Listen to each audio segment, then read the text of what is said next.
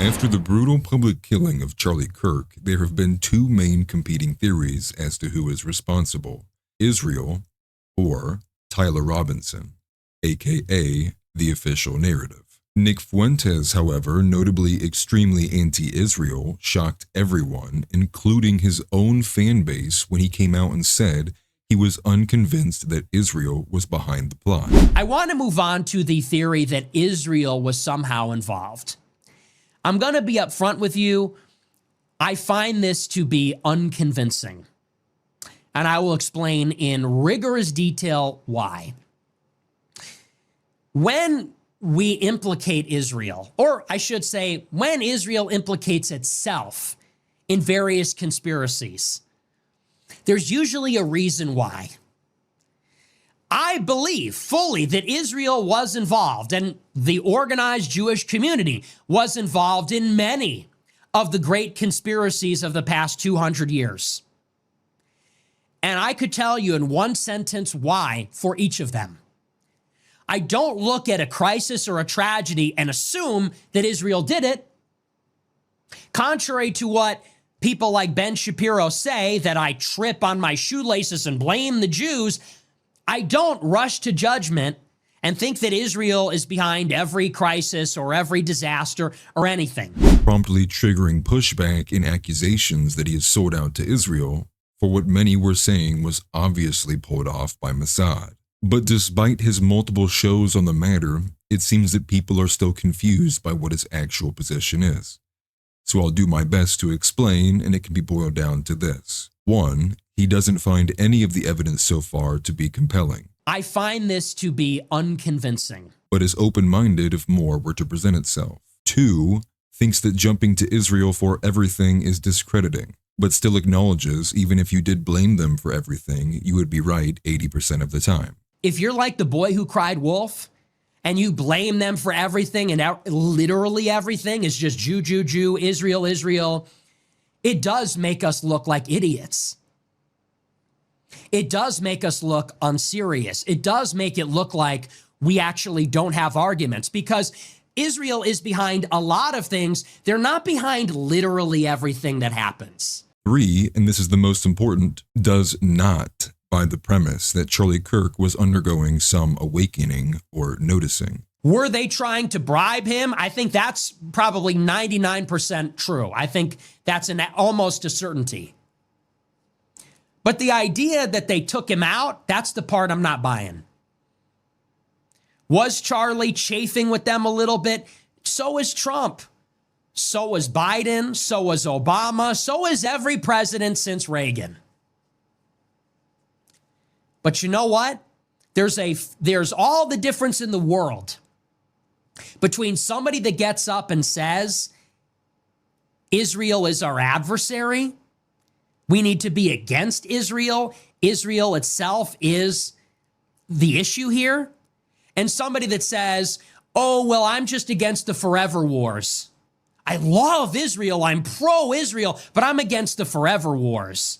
And so I even saw Tucker Carlson's show tonight, and this is how Tucker characterized it. He said Charlie loved Israel. Charlie wasn't anti-Israel. He said Charlie wasn't criticizing Israel in a creepy or weird way.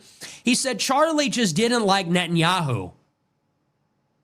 Okay, see, something's not right there. Which is the linchpin in the entire argument from the Israel did it camp. They wanted Charlie out of the picture because he was about to turn on them, or so they say. 4, not that he believes every word of the official narrative either, but doesn't find it as impossible as others do that a left-winger would go to the lengths that they allegedly did. The left, so far, is implicated in the killing. And, for all these people that are hopped up on the Palantir, that sort of thing, look, the radical left still exists. Go to Portland, go to Seattle. Take it from someone who's been there, done that. I was at Charlottesville. The radical left is real. And no doubt the radical left is deeply in bed with institutional forces to a disturbing degree. But these piece of shit communist progressive types, they are out there. And they are violent, and they do hate you. They do think you're a Nazi. They thought Charlie Kirk was a Nazi. Palantir and the powers that be, they exacerbate these tensions, but they don't create them. In 5, a bonus caveat to his position is the thought that this also in some form is a plot to disempower, discredit, or smear the Groypers in general, ultimately landing the argument in the ballpark of we simply don't know enough yet. From where I'm sitting, I find this to be a reasonable assessment. And let's explore point 3 because it's the most important. Take the undercover Groyper event that occurred just a couple weeks prior to the shooting, for example. Charlie was being pressed on Candace Owens and being pushed to debate Nick Fuentes. And he did exactly what he has been doing for years. Dismiss, deflect, and give a lecture on anti-Semitism. And even when he held the focus group to discuss the ineffectiveness of TPUSA's messaging on Israel, I still didn't buy the genuine nature of it. I, much like Fuentes, viewed it to be a strategic positioning meant to release pressure from his audience. Because let's face it, Israel is the elephant in the room now. And you're only going to lose credibility if you don't at least feign some level of concern and lend an ear to those who are angered. Sure, he asked Ben Shapiro if we are being presented the actual truth on Israel, but he also asked a rabbi from Israel 365 the same exact thing. It's more of a leading question to allow the clearly biased individual a ramp to explain away, yes, it's just those meddling anti-Semites. But you read the title. I'm not fully sold myself on some of these points from Nick, and here are the main reasons why. 1. The new ballistics angle. Clicker sent $20. Check out the channel, Outside the Overton. He's a retired scout sniper who breaks the shooting down in detail. His theory points to Kirk being hit from above and behind on his right at 4 o'clock. I'll take a look at that. A friend of the channel, Zeb Boykin, who funnily enough is co-host with Josh Vandernoord, the undercover Groyper, went viral on YouTube and even appeared with Owen Schroyer to discuss his findings, which would be, the entry wound is actually an exit wound, the bullet came from the right and or behind, that if the bullet came from the front, where is the blowout on the backside, and that Charlie Kirk was not wearing body armor. What the conclusion that I've reached is that the bullet comes in, it jolts his earpiece, and I think you've reached the same conclusion, and then the earpiece wire flings up. That's when we see the shirt anomaly. That's when the microphone goes flying off, and then the exit wound in the front. So I guess I would just ask you this. How confident are you that that is an exit wound, and why? Extremely confident that it's an exit wound. This is what you're talking about here with the earpiece. So when I initially saw this, I assumed it was blood, right? So if we're shooting from the front, we have an entry wound here, we have blood out the back. It would probably be a lot more than that, but that's what we have. But the problem is when it's out here, it comes back. And so that's what kind of made me question what's actually going on here. And then we got to the side. I had another side angle. Yeah. There's another side angle. I might be able to find another side angle that it is like complete. It completely shows that it's an earpiece. I don't know if it's the same one you have, but you can. Yeah, I mean, this one does it too. And that being said, I mean, we have, like I said, we have this one. But the problem is that if it's an entry wound, anybody can Google this. Any amateur hunter knows what an entry wound looks like. I mean, you can Google it, entry versus exit wound, and say, oh, okay. That's quite literally, obviously, that it's anybody saying it's entry is dumb, right? So if you have a slug-sized entry, what does the exit look like, right? I mean, if the entry wound looks like a slug, Charlie shouldn't have a head anymore. Hey, let me show this video. I don't know if you've seen this angle yet. It's to me, this is the most determinative angle. That it is indeed an earpiece. If you look at this is right before impact. Now, just so people get the full explainer here, and you explain this in your video. He has an earpiece in, the wire wraps around his ear. It goes around the back of his neck to this side. The wire then goes here, wraps around the front, and this is where he clips the mic to his wire. That's a common stabilization thing that people will do in media. And then the wire goes down here to whatever the source feed is. The odd 6. What are your thoughts on that? I think it would do more damage. It would just do more damage. It would sound that the audio doesn't sound like 30-06. It sounds, I mean, you could maybe get away with like a 308, 762. I think it sounds like a 5.56. I mean, I've shot plenty of both, but the problem is it's on cell phone footage, and so the audio is give or take. But the biggest smoking gun is the footage that they're withholding from us. that camera right behind Charlie, I counted at least 3 HD cameras that were filming. So not live streaming, but filming 4K. So, I mean, you're going to see everything in 4K, master frame rate. Like, you can actually see it all go down in 4K in live time. And we have not seen any of that footage. But specifically, the camera right behind Charlie, that would be the one that tells the whole story. I mean, that would be the one that would be the most conclusive. And yet we don't get any of that footage. And guess what? When they raided the crime scene immediately after, that was the first thing they took down. The very first thing they took was the SD card out of that camera. You can find the full video in the description below if you want to check out the entire explanation for yourself.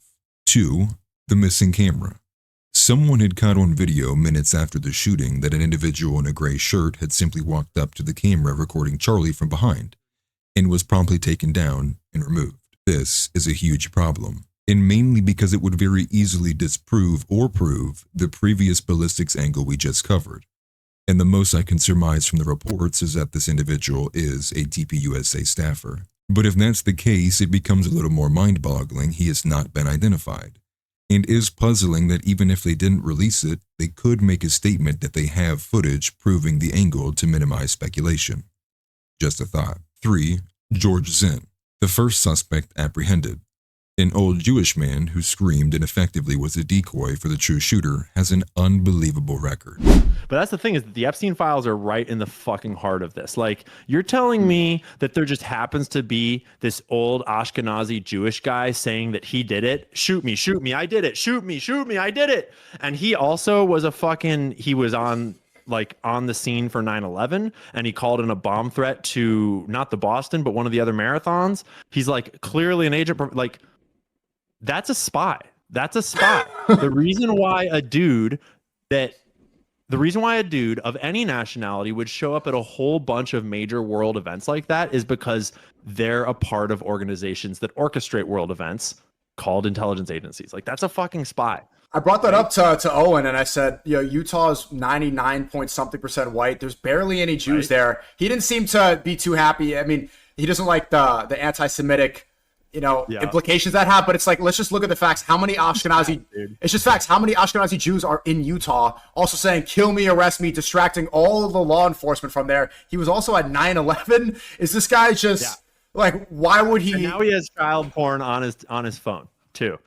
Not beating any stereotypes.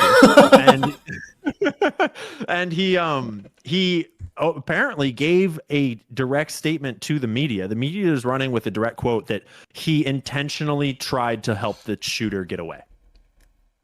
Which is like, what are we doing? I can't lie. This guy by himself is setting off 100 different red flags. And Nick Fuentes specifically took a lot of heat for this one, as he didn't mention George on stream.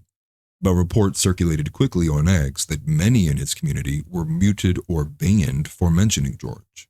4. Zachariah Ahmed Quereshi, the second suspect apprehended and perhaps the least talked about element of the entire story. Now, the initial report was that this second suspect was apprehended for carrying an air rifle, which there is video of. The only issue is while that arrest did happen in Provo, Utah, the man in the video is not Zachariah. Happening within hours and only 6 miles of the incident, the person recording had just assumed this person was involved. So if that's not him, why was the other guy arrested? Nobody knows. No, really. It's being reported by WFAA, a Northern Texas outlet, and the Salt Lake Tribune, that they supposedly were not given a reason as to why he was initially detained. The family's statement making it even more confusing, as they allege that Zachariah was only 25 feet away from Kirk when the shooting occurred. Cash has made a statement. Now, I'll pull this up from Post Millennial. Suspect in Charlie Kirk assassination in There's custody. actually been an update on that. On the article? No, the article hasn't been updated because I just got the update just now. Cash Patel said the suspect in custody has been released after an interrogation by law enforcement. Our investigation continues, and we will continue to release information in interest of transparency. So that's actually the second suspect who has been released today. They don't know who did it. They have no idea. So in conclusion, no, I definitely don't think that Nick has sold out. and I find his position to be perfectly reasonable. I personally would just take it a step further, and perhaps that's because I lend a lot more credibility to the alternate ballistics angle than he does. But even if I didn't have any of that, and only George Zinn, I would still be hesitant to dismiss Israel.